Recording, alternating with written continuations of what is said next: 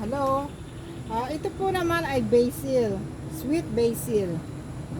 Yan po, sweet basil. Yan po, sweet basil siya. Ngayon, kanina, nagtanim tayo. Nagpunla ako ng carrots. So, isasabi ko siya sa araw na to. Tingnan natin kung sino ang mas mabilis tumubo o sino ang tutubo. Para alam natin kung anong madaling tanim. So, kukuha po ako ng lupa. Tapos pupunla sila. Magpupunla po muna tayo. Pero pag siya po tumubo, hindi ko siya tatanggalin sa kanyang lagaya kasi meron na akong unang natanim. Although kasi magkakatibi, okay lang kasi dahon naman lagi ang kukunin ng mga anak ko.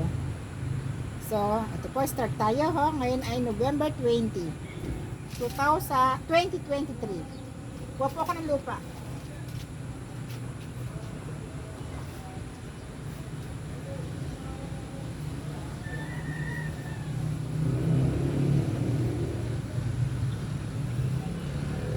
Tayo ng gloves. Hindi masyado marumihan ang kamay. Ito, yung kaninang lutong natira dito. Matigas pa.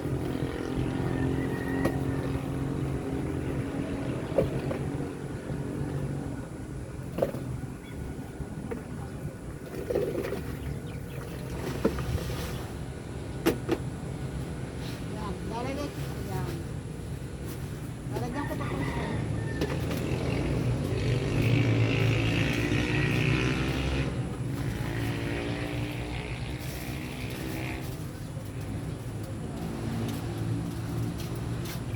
Ito po ay lupa na kinuha ko sa may Lancaster.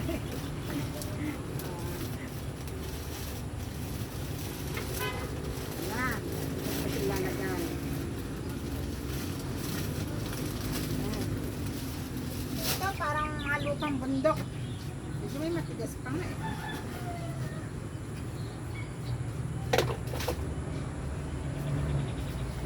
Medyo alsi ko lang po yung matigas. Malupa. Yan.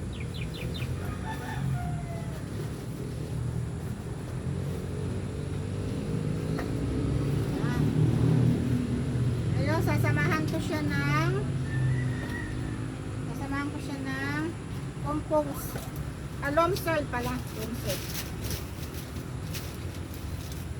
Loam soil. Sasamahan ko po siya ng loam soil.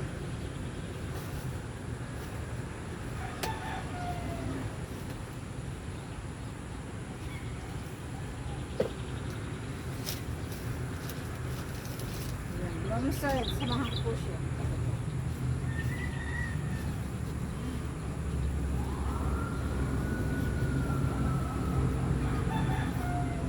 Putik po siya. O, putik.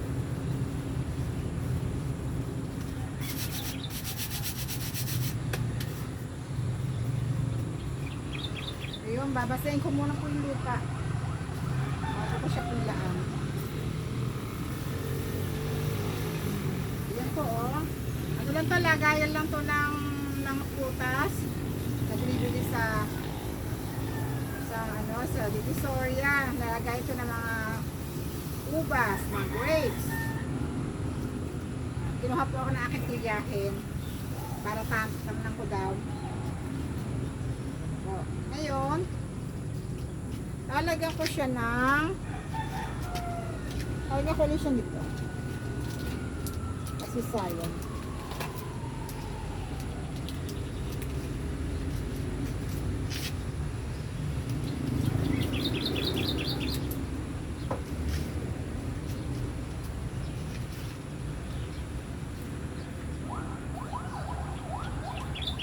Ilan po ito? Mga natira kong tea. Hindi ko na ininom sayang. Gawin ko na lang siyang ilama ko na lang dito. Baka sakaling makatulong. Mabilis lumaki. O mabilis tumubo. Ngayon, lalagyan ko siya ng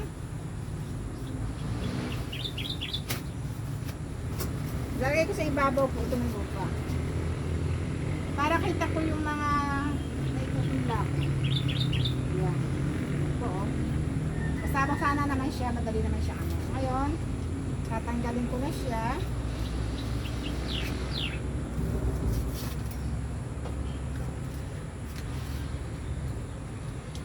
Ito po.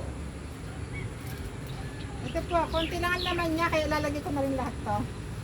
Dito ko siya ilalagay, at dito ko sila patutubuin.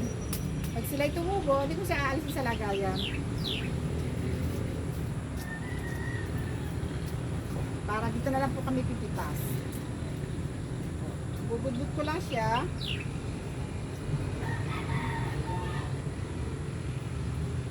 Ayun, natanggal. Sayang.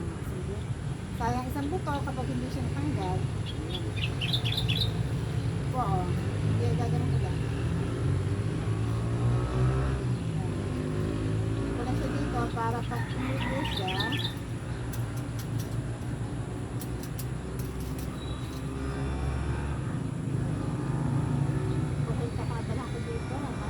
Masaya po pagka ang mga halaman mo ay nakikita mo natubo.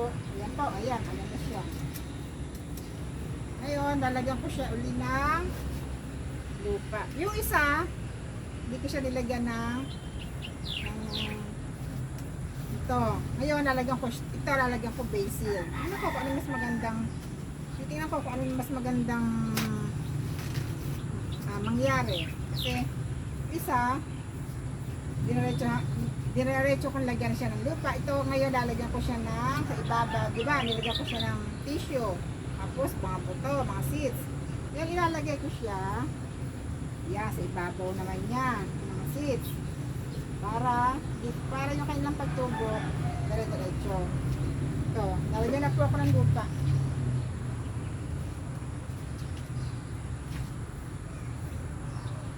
Ito ulit tayo ng gloves.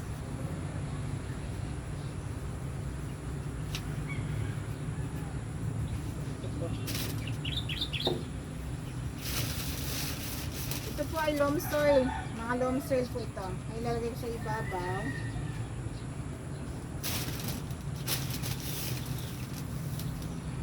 Iba-iba po ang diskarte. Iba kasi ito po ay sarili kong version. So kung medyo mali ako, pasensyahan nyo na. Ako nagtatry lang.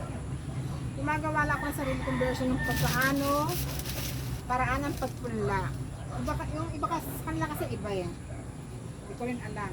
Best gusto ko yung sarili kong version. Pag ito tumubo, swerte ko kasi blessing from God kasi tumubo at makakalibre. Kasi mahal ang basil. Bumili ang anak ko, ang aking manugang. Isang balot na mahal-mahal. Kaya ito. Kaya po ako'y magtatanim. Okay. Ayan.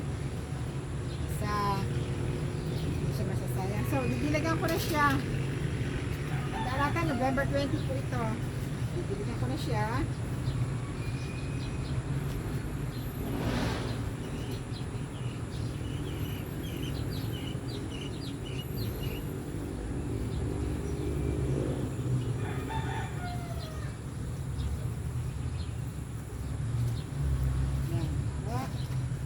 Guys, sabay-sabay tayo mag-aabang ho. Aabangan natin tong paano sila tutubo at kailan sila tutubo. Tignan po natin kung ilang araw bago sila tumubo. Lalagay ko po sa lagayan.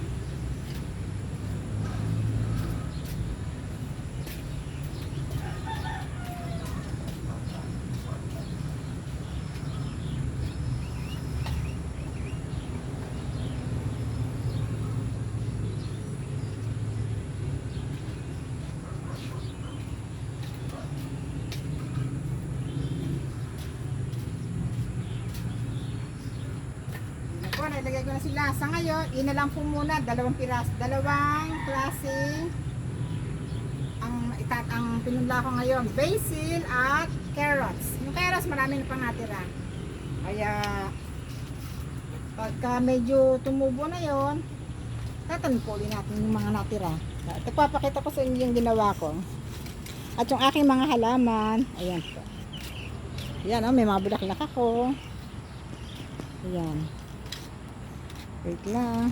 Salamin ko. Ayan. O ngayon, eto na yun. Aking pinunla. Ito po ay carrots. Mamaya lalagyan ko siya ng tag or label para alam ko kung ano yung mga naitanim ko. Kasi minsan, limot po ako. Kung ano yung naitatanim ko, kung ano yung ginagawa ko. Minsan nakakalimutan ko. So ito ho ay ito ang basil, ito basil, ito naman ang carrots. Ito naman yung carrots na pinaggamitan ko. Meron ako nagluto ako ng pansit, ng birthday ng anak ko, kinuha ko yung apo ko. Kinuha ko yung 2 piraso, malaman natin kung tutubo. Kasi yung dati, ito po, meron din akong ginawa. O, ayan po, tingnan nyo. Yan po yung din yun, ginamit. Nagluto ako isang beses ng niluto ko. Basta meron po kaniluto, yung pa kanyang pinakadulo, pitan, kinuha ko, tinanim ko sa lupa. Tingnan nyo, ayan, tumubo na po siya. Kaya na-inspire po ako magtanim ng carrots kasi tumubo siya eh, oh. Kaya titignan natin. Hindi ko lang po nakunan kung kailan siya na itanim. Yan, talong, oh, talong. Yan, mga talong yan. Yan po, yan, mga sile. Yan po, yan yung aking mga pananim. Ito yung basil, kaya po natuwa po. Kasi anak ko favorite, laging kinukuhanan. Eh, tingnan nyo, oh. Laging nauubos ang dahon niya. Pero, yan po. Yan, mga sile, siling bell pepper, siling labuyo, siling na panlagay sa tawag to, sa sinigang. Yan, yan po. Yan, wala na po akong lagayan. Kaya doon ko na nilagay sa lagay ng mga sabong ko.